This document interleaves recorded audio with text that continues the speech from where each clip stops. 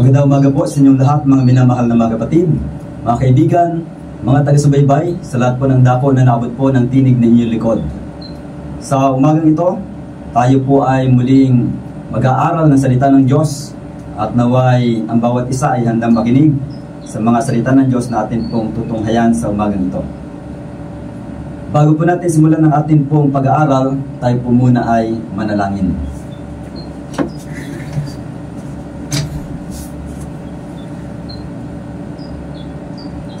Dakila namin Diyos, ng tahanan po ay nasa itaasan ng mga langit. Maraming salamat po sa inyo pong pag-iingat sa bawat isa sa amin sa buong nakalipas na magdamag. At sa umagang ito, amin pong inihiling inyo pong patnubay sa pamagitan po ng Banal na Espiritu. Nawa ang mga mensahe na amin pong matutunghayan ay amin pong maunawaan. Maikintalnaw po sa amin pong puso't isipan at amin po itong may sakabuhayan. Naway tulungan pong ang mga naikinig sa himpilang ito ay patuloy na mabuksan ang kanilang puso't isipan, na kanila pong malaman ang katotohanan, at ito po yung maging kanilang gabay sa landas ng buhay. Naway pagpalain po ang inyong mga anak sa buong sanglibutan. Ang lahat po ito ay amin pong dalangin sa pangalan ng Panginoon Jesus. Amen.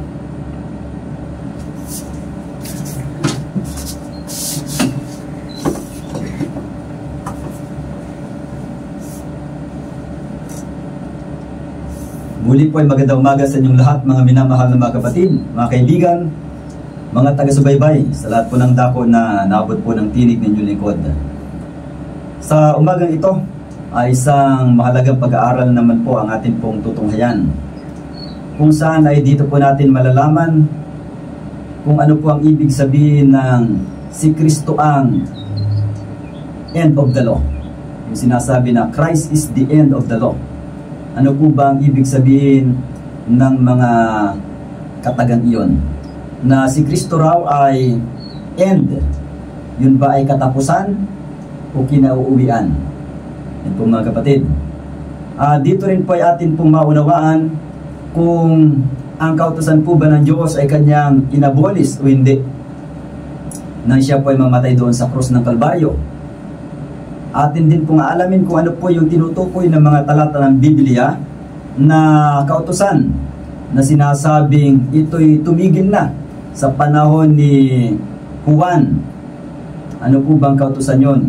Yun po ba yung 10 utos ng Diyos? O meron pa bang ibang utos na tinutukoy ang Biblia na ito po ay nawala na? Ang pag-aaral pong ito ay mahalagang maunawaan natin upang hindi tayo magkaroon ng kaisipan na kung saan ay kapag sinabing kautusan ng Diyos, ito po ay inalis na o ito ay isa lamang. Kundi dapat po natin maunawaan na sa Biblia ay hindi lamang po isang klase ang tinatawag na kautusan ng Diyos. At atin rin pong iugnay dito sa atin pong pag-aaral na ito yung pong Ebanghelyo, yung mabuting balita na walang hanggan, na kung saan ay ano po ang kaugnayan nito sa kautusan ng Diyos. Maaari bang magkaroon ng ebanghelyo samantalang ang kautusan ng Diyos ay inalis?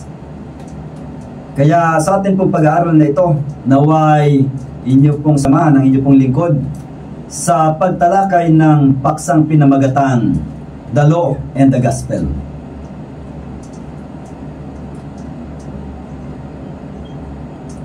Ito pong The Law and the Gospel, mga kapatid, ay isang mahalagang pag-aaral sapagkat dito natin maunawaan ang pagtubos ng Diyos sa sangkatauhan at ano po ang paraan ng Diyos ng pagliligtas sa sangkatauhan at ano po ang layunin ng Diyos sa pagliligtas sa sangkatauhan. Taliwas sa mga pangangaral ng ibang mga mangangaral na kanilang sinasabing ang kautusan ng Diyos ay inalis na, ito raw po ay ipinako na sa krus. Sa atin naman pong pag-aaral na ito ay atin pong uunawain kung ano po ba talaga ang sinasabi ng banal na kasulatan sa pamagitan po ng atin pong pagbabasa ng mga talatang iyon at atin pong paghahambing-hambingin, ating pagkukumparahin, mga kapatid. Ngayon ay atin pong sisimulan ng ating pag-aaral dito po sa unang Korinto, Kapitulo 1, talatang 17 at 18. Ganito po ang sinasabi sa unang Korinto, talatang 1 at Kapitulo 1. Unang Korinto, Kapitulo 1, talatang 17 at 18. Ang sabi po dito ni Apostol Pablo,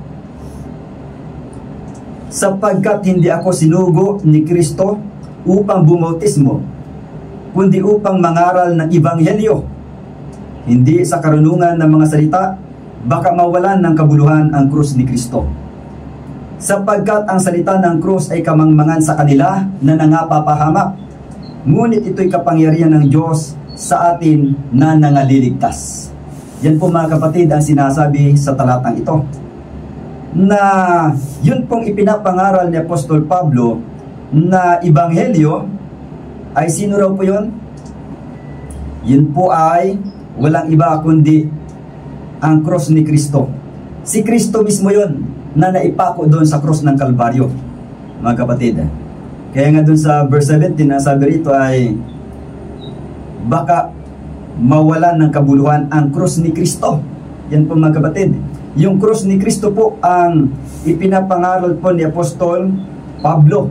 Yun pong pagliligtas na ginawa ni Kristo sa atin doon po sa cross ng Kalbaryo. Ito po yung naisakatuparan ng lubos doon sa cross ng Kalbaryo. Nung siya po ay namatay, ang sabi ni Kristo ay, o bago siya malagutan ng hininga, ay isinigaw niya, naganap na. Yun po yung pagliligtas ng Panginoon Hesus, mga kapatid, na naisakatuparan po doon sa cross ng Kalbaryo. Kaya ang pangaral po ni Apostol Pablo ay nakasentro doon po sa cross ng ating Panginoon Hesus. At yan din po ang sinasabi sa Pilipos, Kapitulo 2, talatang 5 hanggang 8. Atin pong tunghayan ang sinasabi dito mga kapatid. Philippians chapter 2 verses 5 to 8. Magkaroon kayo sa inyo ng pag-iisip na ito'y na kay Kristo Jesus din naman, na siya, bagamat nasa anyong Diyos, ay hindi niya inari isang bagay na nararapat panangnan ang pagkapantay niya sa Diyos, kundi bagko sinubad niya ito at nag-anyong alipin na nakitulad sa mga tao, at palibhasa ay nasumpungan sa anyong tao, o siya nagpakababa sa kanyang sarili, na nagmasunurin hanggang sa kamatayan, oo, sa kamatayan sa krus. Yan po ang mabuting balita mga kapatid, na si Kristo po ay nagmasunurin hanggang sa kamatayan sa krus. Bakit po siya naging masunurin mga kapatid? Sapagkat yun po ang hinihiling ng kautusan, na ang tao ay dapat sumunod ng sakdal. Kaya nga mga kapatid, kung ating tutunghayan ang sinasabi naman sa Mateo chapter 19, nang meron pong binatang mayaman na lumapit sa ating Panginoon Hesus, ay naging tugon po ng ating Panginoon na kung nais niyang pumasok sa buhay, ay sundin ang mga utos. Basahin po natin ang sinasabi dito sa Matthew chapter 19 verse 16 hanggang patuloy. O titingnan natin dito, yun pong law and the gospel mga kapatid. Matthew chapter 19 verse 16 hanggang verse 22. Ang sabi po ay ganito. At narito lumapit sa kanyang isa at nagsabi, Guro, ano ang mabuting bagay na gagawin ko upang ako'y magkaroon ng buhay na walang hanggan? At sinabi niya sa kanya, bakit mo itinatanong sa akin ang tungkol sa mabuti? May isa na siyang mabuti. Datapat kung ibig mong pumasok sa buhay, ingatan mo ang mga utos. Sinabi niya sa kanya, alin-alin? At sinabi ni Jesus, huwag kang papatay, huwag kang mangalunya, huwag kang magnanakaw, huwag kang sasaksi sa di katotohanan, igalang mo ang iyong ama at ang iyong ina, at iibigin mo ang iyong kapwa na gaya ng iyong sarili. Verse 20. Sinabi sa kanya ng binata, ang lahat ng mga bagay nito ay ginanap ko Ano pa ang kulang sa akin? Sinabi sa kanya ni Jesus, kung ibig mong maging sakdal, umayo ka. Ipagbili mo ang tinatangkilik mo at ibigay mo sa mga dukha at magkakaroon ka ng kayamanan sa langit at pumarito ka, sumunod ka sa akin. Datapot nang marinig ng binata ang ganitong pananalita ay yumaon siyang namamanglaw sapagkat siya ay isang may maraming pag-aari. Dito po mga kapatid, sa mga talatang ito natin pong binasa ay tinukoy po ni Kristo kung ano po ang requirement upang ang tao po ay pumasok sa buhay. Ibig sabihin, upang ang tao po ay maligtas, ay kinakailangan pong siya ay sumunod sa utos. Ano ho? Sabi sa verse 17, yung tugon ni Kristo dun sa binatang mayaman na nagtanong kung ano ang dapat daw niyang gawin upang siya magkaroon ng buhay na walang hanggan, ang tugon po ni Kristo ay ganito: bakit mo itinatanong sa akin ang tungkol sa mabuti? May isa na siyang mabuti. Pansinin po muna natin yung mga kapatid, ano? Ang tinatanong ng binatang mayaman ay ano ang mabuting bagay na gagawin ko upang ako ay magkaroon ng buhay na walang hanggan. So gusto po niyang malaman ano ba ang kanyang bahagi para magkaroon ng buhay na walang hanggan. Ano ang kanyang gagawin? Ngayon, ang sabi po rito ng Panginoon, bakit mo itinatanong sa akin ang tungkol sa mabuti? May isa na siyang mabuti. Ibig sabihin, yun pong itinatanong ng binatang mayaman mga kapatid, na kung ano ang dapat daw niyang gawin na mabuti, ay tinugunan ni Kristo ng ganitong pananalita na isa lang ang mabuti. Ibig sabihin, yung ginagawang mabuti o yung maaring gawing mabuti ng binatang mayaman ay hindi po sapat upang siya ay maligtas, mga kapatid. At pagkatapos nung tugon ni Kristong yon ay mayroon pang karugtong. Ang sabi ganito, sabi rito, may isa na siyang mabuti. Yun po yung sagot ni Kristo, no? Datapwat kung ibig mong pumasok sa buhay, ingatan mo ang mga utos. Yan mga kapatid. So nakikita natin na para bang magkakontra. Isa lang daw ang mabuti, ibig sabihin isa lang yung maaring makatupad sa utos. Pero binanggit pa rin dito, ngunit kung nais mong pumasok sa buhay, ay sundin mo ang mga utos. Ano pong ibig sabihin nito mga kapatid? Pwede bang sundin ng binatang mayaman ang mga utos para siya po ay magkaroon ng buhay na walang hanggan?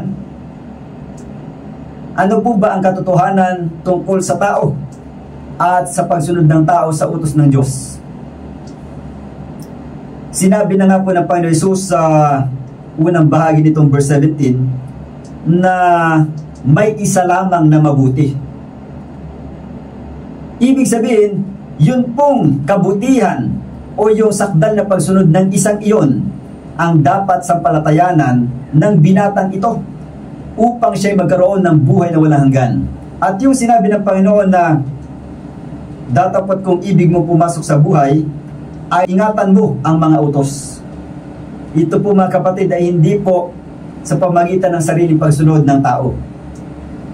Sapagkat ang kalagayan nga ng tao ay hindi mabuti. Ano ho?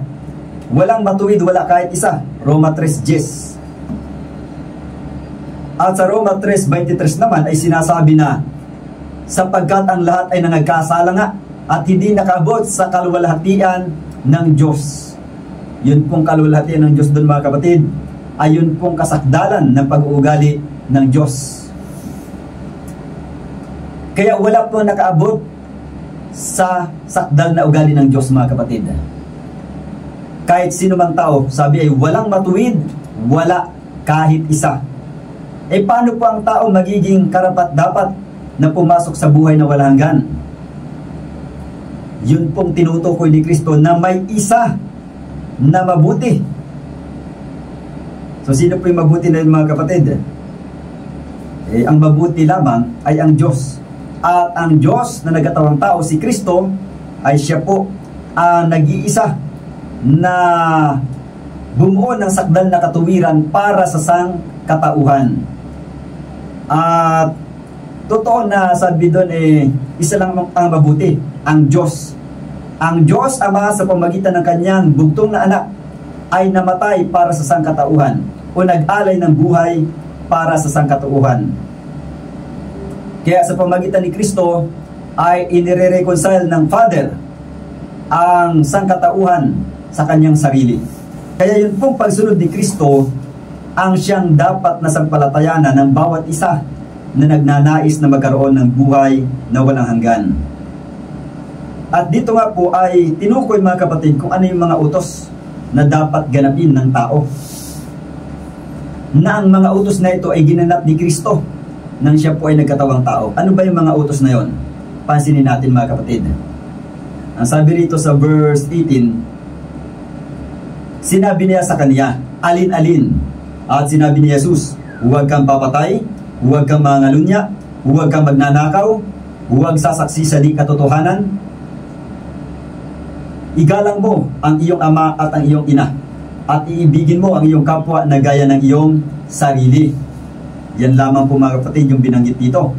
Yung huling bahagi sa verse 19 na at iibigin mo ang iyong kapwa na gaya ng iyong sarili, ayan po yung buod nitong mga binanggit ditong mga utos. Ano itong mga binanggit dito? Ilan ito? Yung una, huwag kang papatay, huwag kang mangalunya, huwag kang magnanakaw, huwag sasaksi sa di katotohanan, igalang mo ang iyong ama at ang iyong ina. Ito po mga kapatid ay bahagi ng 10 utos. Ito po yung pag-ibig sa kapwa. Kaya nga inulit muli doon sa huling bahagi ng verse 19 ang sabi rito, at iibigin mo ang iyong kapwa na gaya ng iyong sarili. O paano mo ba iibigin ang iyong kapwa gaya ng sa iyong sarili? E di huwag kang papatay, huwag kang mangalunya, huwag kang magnanakaw, huwag kang sasaksi sa di katotohanan, igalang mo ang iyong mga magulang. Yan po mga kapatid, ano? Kaya maliwanag po dito na ito pong tinutukoy dito mga kapatid ay bahagi ng 10 utos. Kahit hindi tapusin yon, pero ito po ay palatandaan na ito pong tinutukoy ni Kristo ay yun pong 10 utos. Hindi po kabilang dito yung pagtutuli at yung mga pistang yung pista ng tabernakulo o yung mga pista ng tinapay na walang libadura at yung mga pagpapatay ng hayop. Hindi po yun ang tinukoy dito mga kapatid. Kaya ito pong utos na ito ay yun pong 10 utos na isinulat ng Diyos sa 2 tapyas ng bato. Kaya ito po ang requirement upang ang tao ay maligtas. Pero ang tao nga po ay walang kakayanan sa kanyang sarili mga kapatid. Kaya kinakailangan ng isa na mamumuhay ng sakdal na siya po ay maging masunurin hanggang sa kamatayan doon sa krus. Walang iba kundi si Kristo. Yun nga po yung binasa natin kanina sa Pilipos Kapitulo 2 talatang 5 hanggang 8 na si Kristo po ay nagmasunurin hanggang sa kamatayan sa krus. Ngayon mga kapatid, dito po ay nabanggit ng binatang mayaman sa Matthew chapter 19 na naganap na daw niya lahat. Ano pa raw ang kulang? So sumusunod na siya sa utos, pero ano pa ang kulang? Ang sabi ng Panginoon, kung ibig mong maging sakdal, ibig sabihin hindi sapat na siya sumusunod sa utos. Kinakailangan pa rin siya maging sakdal mga kapatid. Kaya nga sa Biblia mayroong binabanggit na for the perfecting of the saints, upang maging sakdal ang mga banal. Kasi yung mga banal, ayon sa Revelation 14 verse 12, verse 12. Revelation 14 verse 12, narito ang pagtitiyaga ng mga banal na nagsisitupad ng mga utos ng Diyos at ng pananampalataya ni Jesus. Yan po ang katangian ng mga banal mga kapatid. Pero yung mga banal na nagsisitupad ng mga utos ng Diyos at ng pananampalataya ni Jesus, kinakailangan pa rin silang maging sakdal. Na kung wala ang pagiging sakdal, sino man ay hindi makakakita sa Diyos. Ayon sa Hebrews chapter 12 mga kapatid. Kaya dito po mga kapatid ay kinakailangan pang maging sakdal, sabi sa verse 21. upang siya'y maging sakdal, dapat niyang ipagbili ang kanyang tinatangkilik. Pero nalungkot po yung binata, mga kapatid. Ibig sabihin, hindi pa siya napasakdal ng pag-ibig ni Jesus. Ang utos ng Panginoon, ang sabi niya, isang bagong utos ang ibinibigay ko sa inyo, na kayo mga ibigan sa isa't isa. Bakit po binanggit ni Kristo yung isang bagong utos? Sapagkat yung bagong utos na yun ay hindi naman talaga bago, kundi dahil hindi isinasakabuhayan ng mga alagad ni Kristo, kaya sinabi niya na isang bagong utos ang ibinibigay ko sa inyo, na kayo mga ibigan sa isa't isa. Sa lumang tipan, mga kapatid, yun pong utos na mag-ibigan sa isa't isa ay hindi na po nga bagong utos yan. Yan ay ibinigay na sa lumang tipan. Kaya yun pong utos na yun ay matagal na. Pero dahil hindi nga isinasakabuhayan ng mga anak ng Diyos o ng kanyang mga alagad, kaya sabi niya, isang bagong utos ang ibinibigay ko sa inyo, na kayo mga ibigan sa isa't isa. Yan po. At yun ay binanggit ni Kristo nung sa panahon ng Lord's Supper, na nais ng Diyos na kanyang mga anak ay mga ibigan sa isa't isa. Pero bago pa yon, yung sa Lord's Supper, ay binanggit na yan sa Matthew chapter 22 verses 36 to 40, na yung pangalawang dakilang utos ay ibigin mo ang iyong kapwa na gaya ng sa iyong sarili. So hindi na bagong utos, mga kapatid. Yun ay nabanggit na ni Panginoon Jesus. Pero doon sa mga alagad niya, dahil sila'y patuloy pa rin nag-aaway, merong mga alitan o tampuhan, ay hindi po nagiging bago sa kanila, o kumbaga hindi pa nagagawa nila. Kaya ito isang bago pa lamang sa kanila na utos, mga kapatid. Pero hindi nangangahulugan na yung bagong utos na yun ay nag-alis na doon sa 10 utos. Hindi pwedeng maalis, sapagkat yun ngang 10 utos ay merong pangalawang bahagi doon na pag-ibig sa kapwa. Yung unang 4 na utos, yun yung pag-ibig sa Diyos.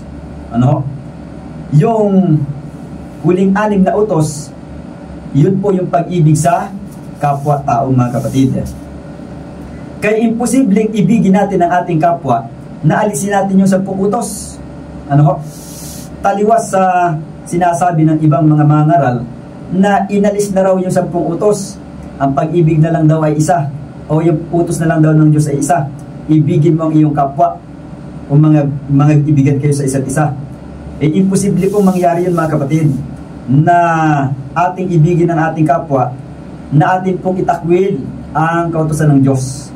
Hindi po totoo na nawala ang kautusan ng Diyos nang si Kristo ay naparito at namatay doon sa cross ng Kalbaryo. At dito nga sa ating binabasa sa Matthew chapter 19, yun pong binatang mayaman na nag-aangking sumusunod sa 10 utos ng Diyos, ay hindi pa pala siya napasakdal ng pag-ibig ni Kristo. Dahil hindi siya handang magsakripisyo, mga kapatid. Ayaw niyang ipamahagi ang kanya pong mga pag-aari upang itulong ang mga ito para sa mga dukha. Kaya yung kanyang pag-ibig, ito po'y superficial lamang. Ito po'y panlabas lamang, na siya ay sumusunod sa kautusan ng Diyos. Pero sa kaibuturan ng kanyang puso, ito'y hindi bukal sa loob. Ito po'y pabigat lamang. Ito po ay parang obligasyon lamang na walang pag-ibig na namumutawi sa kanyang puso, mga kapatid. Kaya kung ang pagsunod sa utos ay isang pabigat lamang ang pakiramdam natin, ito po hindi magpapasakdal. Kaya yung pagsunod ng tao ay hindi po pwedeng magbigay sa kanya ng buhay na walang hanggan, mga kapatid. Ang kinakailangan nating sampalatayanan ay yun pong pagsunod ni Kristo, na siya po ang ating katuwiran, mga kapatid. Kaya dito sa 1 Corinthians chapter 1 verse 30 ay ganito po ang sinasabi, mga kapatid. 1 Corinthians chapter 1 verse 30, ang sabi po, datapwat sa Kaniya kayo'y nangasa kay Kristo Jesus, na sa atin ay ginawang karunungang mula sa Diyos, at katuwiran, at kabanalan, at katubusan. So maliwanag po, si Kristo ang mabuting balita, na dahil sa Kanya tayo po'y merong katuwiran, kabanalan at katubusan. Kaya ang lahat po mga kapatid ay nagmula sa ating Panginoon Hesus upang tayo ay maligtas. Wala tayong sariling katuwiran na dapat buuhin upang tayo maligtas. Yun pong pagsunod natin sa utos, ito po hindi magiging titulo para sa langit. Ang tanging magbibigay sa atin ng kaligtasan para sa langit at yung kaangkupan sa langit ay yun pong katuwiran ni Kristo na kailangan po natin itong isa pamuhay, mga kapatid. Kailangan natin sampalatayanan ng tunay na panampalataya na nagbubunga ng mga gawa. Kaya nga, dito po mga kapatid sa Romans chapter 3 verse 31, yun pong tunay na panampalataya, hindi po nagsasabi na ang kautusan ng Diyos ay winala na. Ang sabi rito sa Roma 3:31, niwawalan kaya natin kabuluhan ang kautusan sa pamagitan ng panampalataya? Huwag nawang mangyari, kundi pinagtitibay pa nga natin ang kautusan. O paano natin masasabi mga kapatid na inalis na yung kautusan? Kung dito naman ay sinasabi pinagtitibay pa nga natin ang kautusan. Hindi daw winalang kabuluhan ang kautusan dahil sa pananampalataya. Huwag daw ang mangyari, kundi pinagtitibay pa nga natin ang kautusan. Paano mo yung pagtitibayin ang kautusan? Aalisin ba? Hindi pwede. Paano mo masasabi pinagtibay yun kung inalis? Kung na-abolish? Kung naamyendahan, pinagtibay mo ba? Hindi po. Binago mo o inalis mo. Hindi po yun pinagtibay. Kaya dito ang katuruan po ng Apostol Pablo ay pinagtibay o pinagtitibay pa nga natin ang kautusan.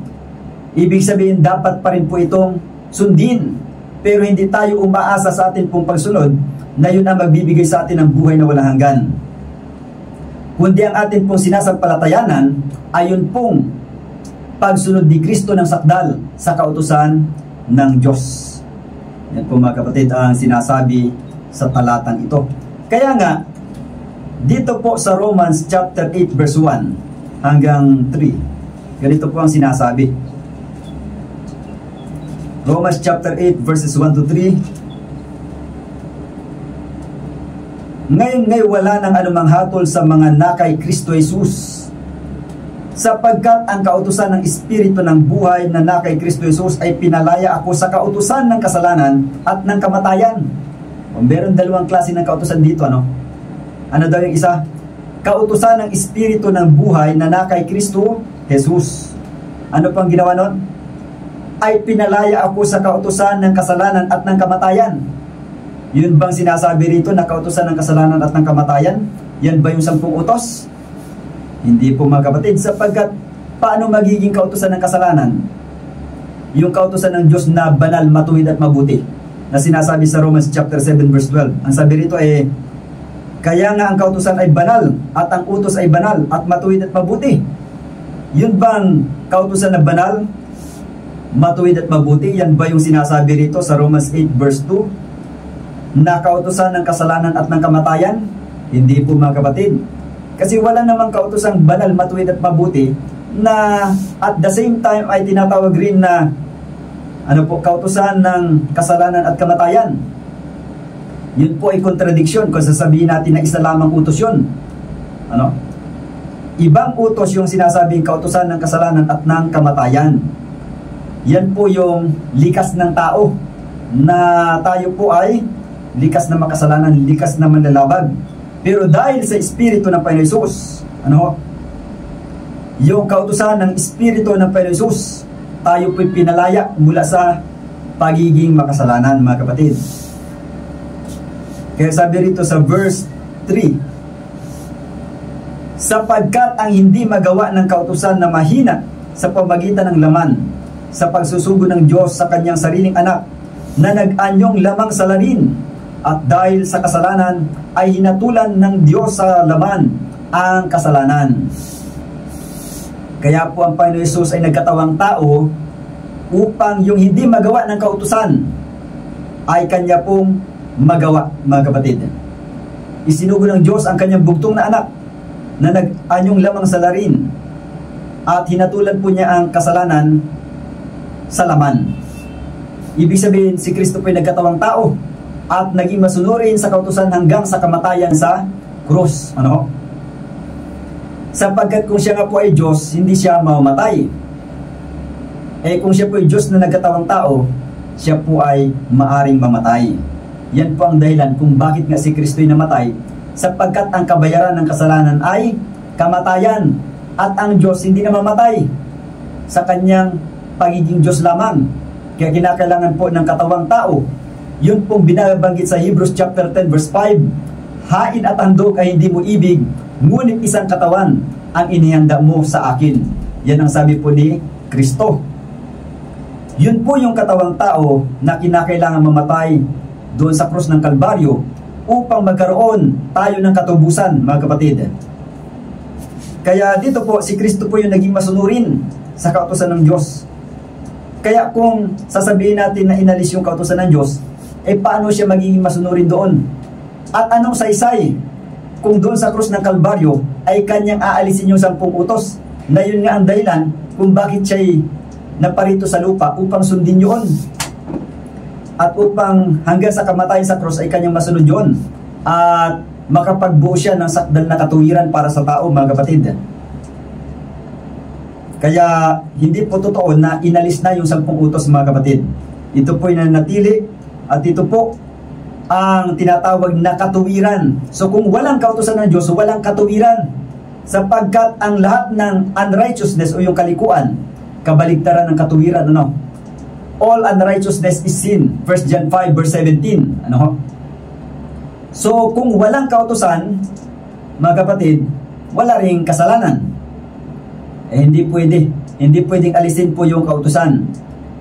Kasi ang kautusan ay pundasyon ng kaharian ng Diyos. Kung wala pong kautusan, walang magandang patakaran, walang saligan ang kaharian ng Diyos.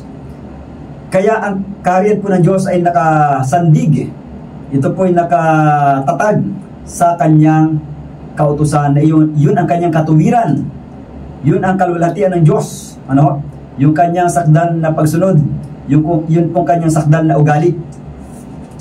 Kaya ang tao po, mga kapatid, na walang magagawa sa kanyang sarili, ay iniligtas ni Kristo sa pamagitan ng kanyang pagiging masunurin hanggang sa kamatayan po doon sa krus. Ngayon, ano po ba yung likas ng tao, mga kapatid? Ayon dito sa verse 7 ng Romans chapter 8, sapagkat ang kaisipan ng laman ay pakikipag-alit laban sa Diyos, sapagkat hindi napasasaklaw sa kautusan ng Diyos, ni hindi nga maaari. Yan po ang likas ng tao. Kaya kahit anong sikap nating sumunod sa kautusan ng Diyos, kung sa ating sarili lamang, ito po'y hindi maaari, mga kapatid. Sapagkat ang likas ng laman ay pakikipag-alit laban sa Diyos. Ano? At ano sabi rito? Hindi napasasaklaw sa kautusan ng Diyos. Kaya yun pong hindi nagpapasakop sa kautusan ng Diyos, yun po ang pinag-aharian ng kasalanan. Pero yung sinasabi sa Romans chapter 6 verse 14 na ang sabi rito, sapagkat ang kasalanan ay hindi makapag-ahari sa inyo, sapagkat wala kayo sa ilalim ng kautusan kundi sa ilalim ng biyaya. Ang ibig sabihin po niyan ay wala tayo sa ilalim ng kautusan ng kasalanan. Ano? Yung sinasabi dito sa Romans chapter 8 verse 2, sapagkat ang kautusan ng Espiritu ay buhay na kay Kristo Jesus, ay pinalaya ako sa kautusan ng kasalanan at ng kamatayan. So yun pong kautusan ng kasalanan at kamatayan, ibig sabihin, yung taong pinag-aharian pa ng kasalanan at kamatayan ay sa kanya ay humahabol yun pong hatol ng kautusan. Kaya siya nasa ilalim ng kautusan. Ano? Nasa ilalim ng hatol ng kautusan. Pero yung tunay na pinag-aharian ng Espiritu ni Kristo, ang sabi rito ay nagpapasakop sa kautusan ng Diyos. Yun yung kabaligtaran ng tinatawag na carnal mind. Ang carnal mind ayon sa Romans 8 verse 7 ay hindi napapasakop sa kautusan ng Diyos. Kaya nasa ilalim sila ng hatol ng kautusan. Pero yun pong spiritual mind, mga kapatid, ay nagpapasakop sa kautusan ng Diyos. Kaya tunay pong nagiging alipin ng katuwiran at hindi po ng kasalanan. Kaya nga sabi dito sa Romans chapter 6 verse 22,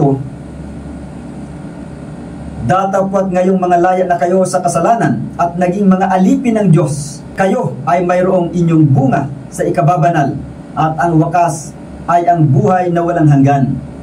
O maliwanag po dito mga kapatid, kapag pinalaya sa kasalanan, ay nagiging alipin naman ng Diyos. So paano nagiging alipin ng Diyos? Ay nagpapasakop po sa kautusan ng Diyos mga kapatid. Kapag naging alipin ng Diyos, ay mayroong bunga sa ikababanal. Kapag mayroong bunga sa ikababanal, yan ba po ay nagpapatuloy sa pagkakasala? Nagpapatuloy po ba sa paglabag sa utos ng Diyos? Hindi po mga kapatid. Kaya meron pong utos pa rin ng Diyos mga kapatid. Kaya nga ang tao ay pinapabanal doon. Ang sabi sa Psalms 19, basahin natin yung sinasabi sa aklat ng mga awit. Ang sabi sa Psalms 19 verse 7, tingnan natin, Psalms 19 verse 7. Ang kautusan ng Diyos ay sakdal na nagsasauli sa kaluluwa. Ang sabi rito, sabi sa Psalms 19 verse 7, ang kautusan ng Panginoon ay sakdal na nagsasauli ng kaluluwa. Ang patutuo ng Panginoon ay tunay na nagpapapantas sa hangal. Itong kautusan po ng Diyos ay sakdal mga kapatid, nagsasauli ng kaluluwa. Kaya yung 10 utos ng Diyos, ito po ay nagsasauli. Ibig sabihin tayo binabago. Ito yung kasangkapan na ginagamit ng Panginoon upang ang tao ay makaranas ng kasakdalan. Kagaya nung binanggit sa ating binasa kanina, na yun daw na kay Kristo nagiging alipin ng katuwiran at nagkakaroon ng bunga na ikasasakdal. Romans 6 verse 22. Paano po siya magkakaroon ng bunga sa ikasasakdal?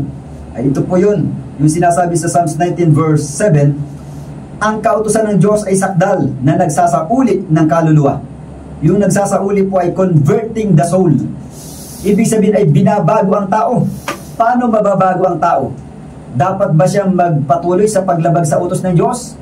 O dapat siyang tumigil sa paglabag sa utos ng Diyos? Ay, maliwanag po na dapat siyang tumigil sa paglabag sa utos ng Diyos, mga kapatid.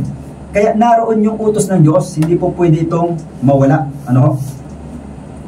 Kaya nga, kapag ating binasa mga kapatid ang sinasabi sa Romans chapter 10 verse 4, unawain natin dito yung sinasabi na si Kristo ang end of the law. Romans chapter 10 verse 4.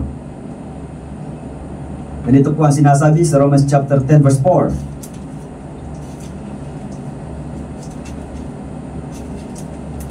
Tingnan natin sinasabi dito.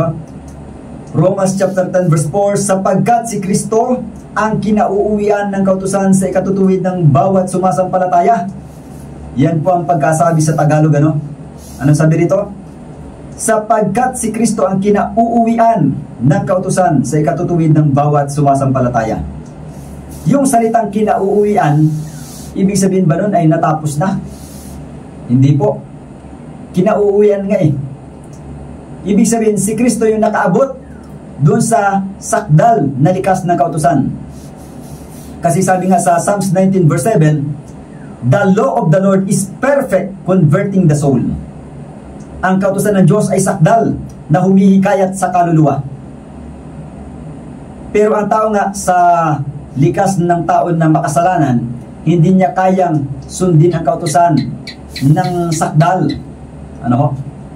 Kaya kinakailangan ng isa na siyang bugtong na anak ng Diyos na isinugo ng Ama. Ayon sa Romans chapter 8 verse 3, meron pong isinugo ang Diyos Ama, ang kanyang bugtong na anak, upang salaman ay hatulan ang kasalanan. Yun din yung sinasabi sa Hebrews chapter 2 verses 14 to 16, na si Kristo ay nakibahagi sa ating laman at dugo upang kanyang wasakin ang mga gawa ng dyablo. Ibig sabihin po, sa pamagitan ng kanyang sakdal na pagsunod sa kautusan at kamatayan doon sa krus ng Kalbaryo, ay kanya pong maiwawasak ang mga gawa ng dyablo.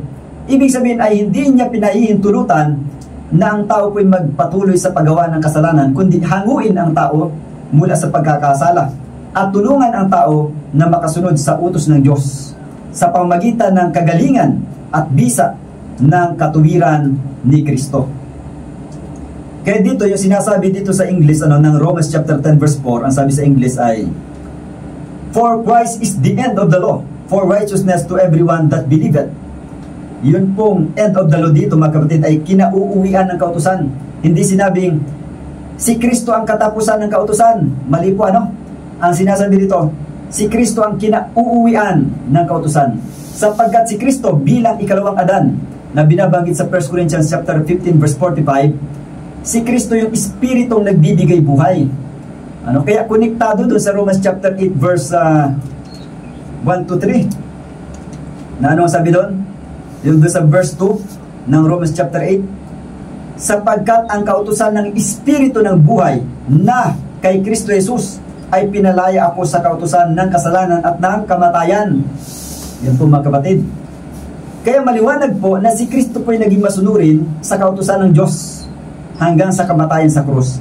Kaya tayo rin naman ay binibigyan ng kapangyarihan na maging masunurin ng mga anak ng Diyos.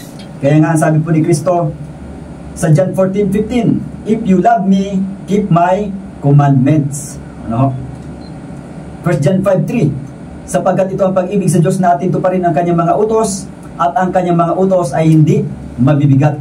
Kailangan pala natin tuparin yung mga utos. Paano natin tutuparin yan kung wala na? So maliwanag po, hindi nawala yung mga utos ng Diyos. Ngayon, merong mga sinasabi ang ibang mga ngaral na sabi nila, yun daw mga utos ng Diyos doon ay lahat ng nakasaad sa Biblia. Lahat daw ng iniutos ng Diyos dito sa Bagong Tipan. Hindi daw yun yung 10 utos. Makikita natin doon, mga kapatid, meron ng kontradiksyon. Na hindi daw kasali yung 10 utos. Bakit masasabi natin kontradiksyon? Kasi yung lahat ng iniutos ng Diyos ay nakapaloob din dun yung pong 10 utos. At yung 10 utos nga, yun yung yun yung pinakang dakila na utos na sinasabi sa Matthew chapter 22 verses 36 to 40. Tingnan natin dito, mga kapatid. Matthew chapter 22. Itong dakilang utos na ito, mga kapatid, ay dito binuod yung pong 10 utos. Matthew chapter 22 verses 36 to 40. Ang sabi po,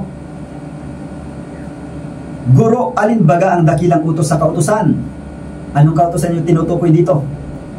Ito po yung 10 utos, mga kapatid. Ngayon ang sabi ng Panginoon, "At sinabi sa kaniya, iibigin mo ang Panginoon mong Diyos ng buong puso mo, at ng buong kaluluwa mo, at ng buong pag-iisip mo." Hanggang patuloy sabi dito, "Ito ang dakila at pangunang utos." Yan daw yung pag-ibig sa Diyos. Dakila at pangunang utos. Sa 39 hanggang 40. "At ang pangalawang katulad ay ito, iibigin mo ang iyong kapwa na gaya ng iyong sarili." Sa 2 utos na ito ay nauuwi ang buong kautusan at ang mga propeta. Ano po ang sabi? Nauuwi daw doon sa 2 dakilang utos na yon ang kautusan at ang mga propeta. Ibig sabihin, lahat ng mga isinulat doon sa Lumang Tipan, ito man ay yung mga prophecy tungkol po sa ating Panginoon Jesus, yung hula man ng mga propeta, ito po ay nauuwi sa 2 kautusan. Ano daw yan? Pag-ibig sa Diyos at pag-ibig sa kapwa-tao. Pwede mo bang ibigin ang Diyos na hindi mo susundin yung unang 4 na utos? So hindi po. At hindi mo rin pwedeng ibigin ang Diyos na iyong sasaktan yung kanya pong mga anak. Sapagkat ang sabi nga ng Panginoon sa Matthew chapter 25, "Ang ginawa ninyo sa kaliit-liitang ito ay ginawa ninyo sa akin."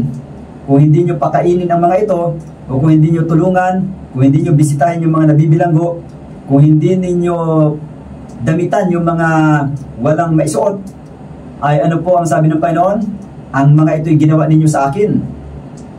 Kaya, mga kapatid, yun pong dakilang utos na ito na tinutukoy Hindi po nawala. Yan po'y parang 10 daliri na kapag iyong inikom, nariyan pa rin, nauwi sa 2 kamay, pero nandyan pa rin po yung 10 daliri. Ano? Kaya yung pong 10 utos ng Diyos, mga kapatid, nauwi lang sa 2. At ang sabi ron, sa 2 utos na ito'y nauuwi ang buong kautusan at ang mga propeta. Kaya si Kristo rin po ang kinauuwian ng buong kautusan. Hindi sinabing nawala. Kapag sinabing nauwi sa 2, naroon pa rin yung buod ng 10 utos ng Diyos, mga kapatid. At kung yung buong kautusan ay nauwi kay Kristo, hindi po sinabing nawala, nauwi nga lang kay Kristo. Kaya si Kristo bilang ating sinasampalatayanan ay hindi po nagtuturo sa atin na tayo maging manlalabag, kundi tayo nga po'y tinutulungan na tayo po ay maiahon mula sa pagkakasala, mga kapatid. Ngayon, mga kapatid, atin pandagdagan itong sinasabi kaugnay sa Romans chapter 10 verse 4 na si Kristo ang end of the law o kinauwian ng kautusan. Dito sa Lucas chapter 16 verse 16, ito ay dapat nating maunawaan ng malinaw. Ano ba ang kahulugan ng talatang ito? Kasi kung ito'y uunawain natin sa negatibong paraan na taliwas sa sinasabi ng Biblia, ay tayo nga po ay maliligaw ng pagkaunawa tungkol dito. Ang sabi sa Lucas 16, talatang 16 at 17, ang kautusan at ang mga propeta ay nanatili hanggang kay Juan. Mula nooy ang ebanghelyo ng kaharian ng Diyos ay ipinangangaral at ang bawat tao ay pumapasok doon na nagpipilit. Ngunit lubhang magaan pa ang mga wala ang langit at ang lupa kaysa mahulog ang isang kudlit ng kautusan. Naroon din po yung paliwanag, mga kapatid, sa verse 17, ano? Ano po ang sabi rito, mga kapatid? Ang kautusan daw at ang mga propeta ay hanggang kay Juan lamang. Ano? Ngayon, anong ibig sabihin nito? Ibig sabihin ba ay natapos na kay Juan yun pong kautusan at mga propeta? Natapos na ba kay Juan Bautista ang kautusan at mga propeta? Hindi po, mga kapatid. Hindi po ito yung 10 utos at yung gift of prophecy. Yun pong tinutukoy dito na ang kautusan at ang mga propeta ay natapos na kay Juan. Totoo rin na natapos nga, pero ano yung context? Yan po yung mga kautusan ng mga ceremonial law at yung mga prophecy tungkol sa pagdating ng Mesyas natapos na kay Juan Bautista. Kasi si Juan Bautista nga yung huli na propeta na humula tungkol kay Kristo. At siya nga yung naging tagapaghanda ng daan ng Panginoon na sumisigaw doon sa ilang. Ano ho? Kaya yun po yung natapos na, mga kapatid. Hindi po yan yung 10 utos. Kasi kung sasabihin natin natapos na yung 10 utos at natapos na rin ang gift of prophecy, ay magkakaproblema tayo kapag babasahin natin ang ibang mga talata. Kaya mahalaga po na atin pong pagkumparahin, atin pong ihambing yun pong ibang mga talata sa ibang mga talata. Ano? Kaya nga kung ikukumpara natin ito sa Romans chapter 3 verse 31, nasabi ni Pablo doon, winawalan baga natin kabuluhan ang kautusan dahil sa pananampalataya? Huwag nawang mangyari kundi pinagtitibay pa nga natin. Sabi ni Pablo, pinagtitibay pa yung kautusan, pero dito na natapos na o hanggang kay Juan na lamang. Ibang utos itong tinutukoy dito, mga kapatid. Ito po ay ceremonial law. Ano pa ang ibang talata? Sa Revelation 14 verse 12, huling aklat ng Biblia, ang sabi roon ay, narito ang pagtitiyagan ng mga banal na nagsisitupad ng mga utos ng Diyos at ng pananampalataya ni Jesus. Ay nagsisitupad pa ng utos ng Diyos. Ay paano natin masabing wala na? Pwede bang tumupad ka ng utos na wala? Hindi po, mga kapatid. Kaya nariyan pa rin yung utos ng Diyos. Yan po yung 10 utos ng Diyos na basihan ng paghukom. Yan po yung binabanggit sa Santiago Kapitulo 2, talatang 10 hanggang 12, na kung labagin mo ang isa dyan, ay naging makasalanan ka sa lahat. At yun yung tinatawag na kautusan ng kalayaan. Yan yung sinasabi rin sa Romans chapter 8, verses 1 to 3, na yung kalayaan na na kay Kristo. Yan po yun, na tayo po ay binigyan ng kapangyarihan na makasunod sa kautusan ng Diyos, sapagkat yun ang requirement upang maligtas ang tao. Kailangan niya ng sakdal na pagsunod sa kautusan ng Diyos, pero hindi nga kayang gawin ng tao sa kanyang likas na makasalanan. Kaya kinakailangan po ng isa na siyang atin pong sasampalatayanan, walang iba kundi ang isa na mabuti, si Panginoon Jesus, mga kapatid. Kaya yun pong mga binabanggit na kautusan na wala na, yung binabanggit dito sa Lucas chapter 16 verse 16 at sa Colossians chapter 2 verse 14, yun pong handwriting of ordinances, yan po yung nawala na, mga kapatid. Yan po yung mga palatuntunan, ceremonial law. Yan po yung mga anino ng mabubuting bagay na darating. Ano ho? Yan po yung tinatawag na ceremonial law. At bago pa man ibigay yan, meron ng 10 utos. Ano ho? Sa panahon pa lang ni Abel, nagkasala na nga si Cain ng pagpatay. Ano ho? Nagkasala si Cain. Paano siya magkakasala kung walang utos? So meron pong utos, mga kapatid. Kaya si Cain ay nagkasala. Eh wala pa nun yung ceremonial law na ibinigay kay Moises. Ano ho? Naghahandog na sila, pero yung kabuuan ng ceremonial law, yung pagtutuli, wala pa nga eh. Eh yung pagtutuli, yan ay bahagi ng ceremonial law. Yan po yung hindi nag-aaring ganap, mga kapatid. Kaya kung ikukumpara natin doon sa 10 utos ng Diyos, eh yung 10 utos ng Diyos, ito po yung nag-aaring ganap sa pamagitan ng bisa ng katuwiran ni Kristo na sinasampalatayanan ng tao. Ayon dito sa Romans chapter 2 verse 13, ang sabi po ay ganito: For not the hearers of the law are just before God, but the doers of the law shall be justified. Ang sabi dito, sapagkat hindi ang mga tagapakinig ng kautusan ang siyang mga ganap sa harapan ng Diyos, kundi ang nagsisitalima sa kautusan ay aariing mga ganap. So, maliwanag po, mga kapatid. Paano po tayo maibibilang na nagsitalima? Ay kung atin pong sasampalatayanan si Kristo. At sa patuloy nating pamumuhay, tayo po naman ay daraan sa sanctification process na dapat po tayong sumunod sa kautusan ng Diyos upang ang katuwiran ni Kristo ay maibahagi sa atin bilang tayo po ay alipin na ng katuwiran at hindi na po ng kasalanan, mga kapatid. Kaya ang pag-aaral pong ito ay nagbibigay linaw patungkol po sa kautusan at ebanghelyo na si Kristo po ay hindi na parito upang sirain ang kautusan at ang mga propeta. Anong ayon sa binabanggit sa Matthew chapter 5 verses 17 to 19. Basahin natin ito, mga kapatid. Matthew chapter 5 verses 17 to 19. Ang sabi po ay ganito: Huwag ninyong isiping ako'y naparito upang sirain ang kautusan o ang mga propeta. Ako'y naparito hindi upang sirain, kundi upang ganapin.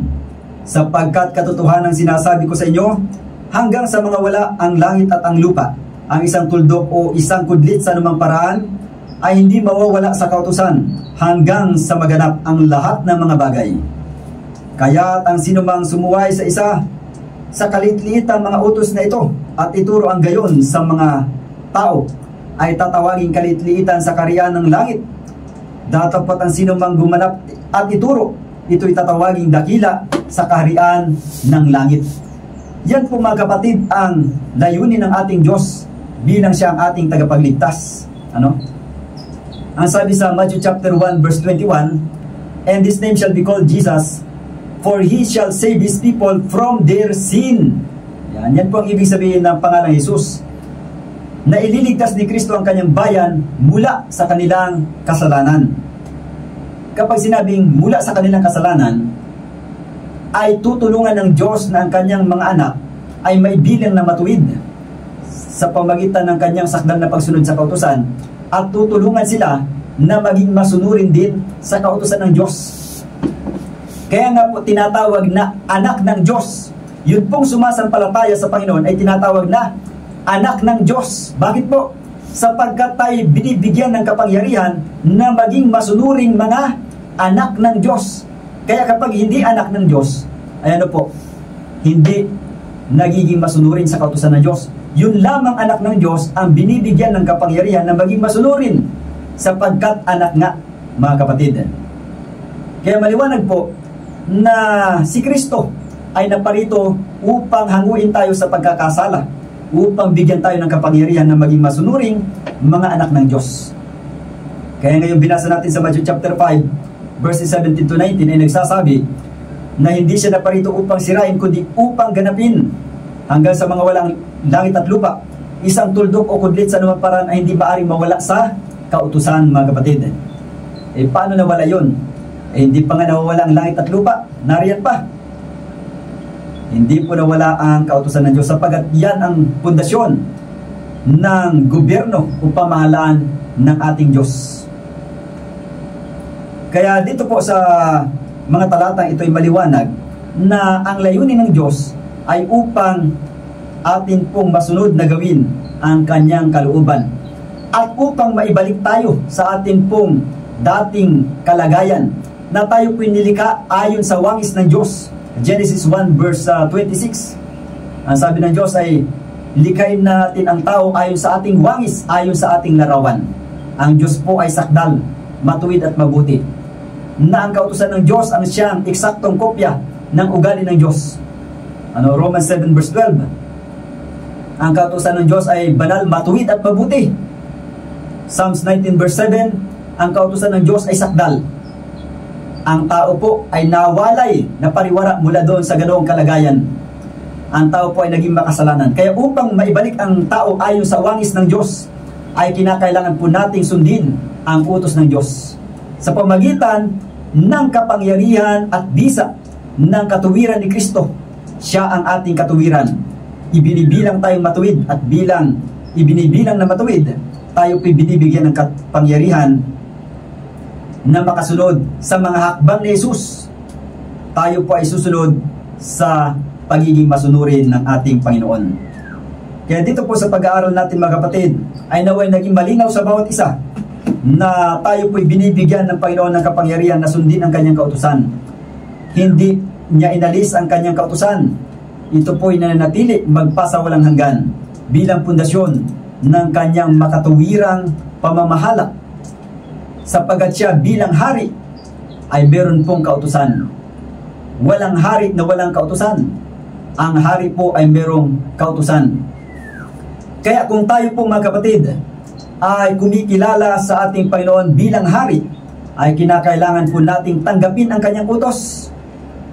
Na ang utos niyang iyon ay hindi nawala, kundi inilagay nga sa kaibuturan ng ating puso, ayon sa Jeremiah chapter 31 verse 33 at sa Hebrews chapter 8 verse 10, sa pakikipagtipan ng Diyos, sa bagong pakikipagtipan ng Diyos sa kanyang bayan, bayang Israel, ay kanyang isusulat sa kanilang puso't isipan ang kanyang mga utos.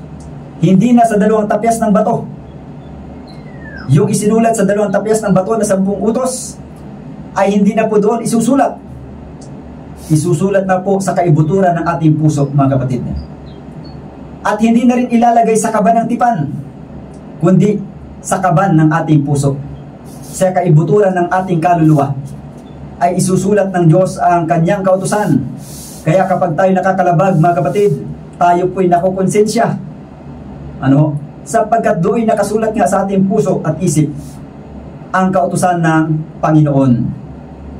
Kaya yan po ang kapangyarihan ng Panginoon sa bawat tao, na hindi na sa titik na nakasulat sa 2 tapyas ng bato isusulat niya ang kanyang utos, kundi sa atin na pong puso't isipan.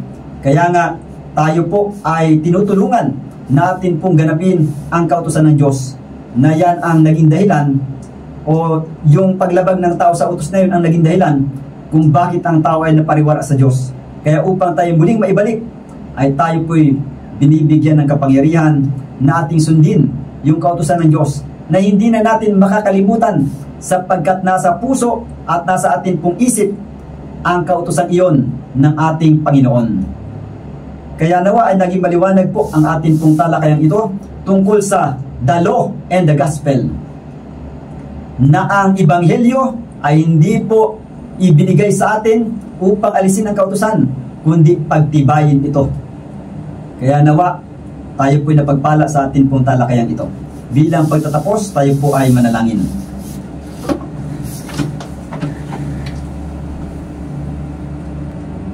Ama namin na ang tahanan po ay nasa itaasan ng mga langit.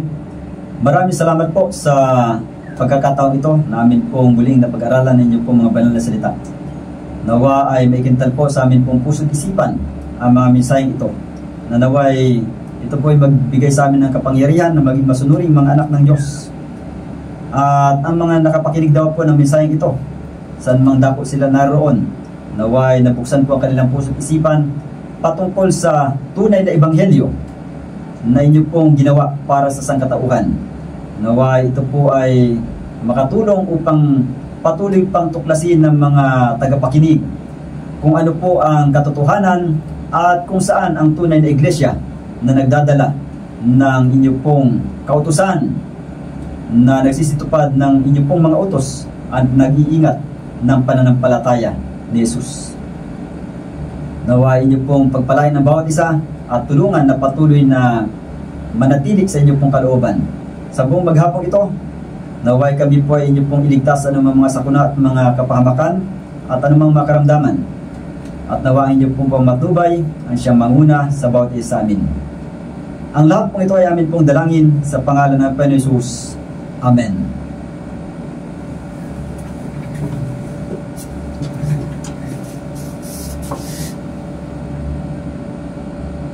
Muli po ay magandang umaga po sa inyong lahat, mga minamahal na mga kapatid. At nawa kayo po ay napagpala, nabusog ng tinapay ng buhay sa umagang ito. At muli nais ko pong batiin ang ating pong mga kapatid sa lahat ng dako na naabot po ng tinig ng inyong lingkod. At ngayon po ay pansamantalang magpapaalam ang inyong lingkod, atin pong ibalik ang papuri at pasalamat sa ating pong Panginoon.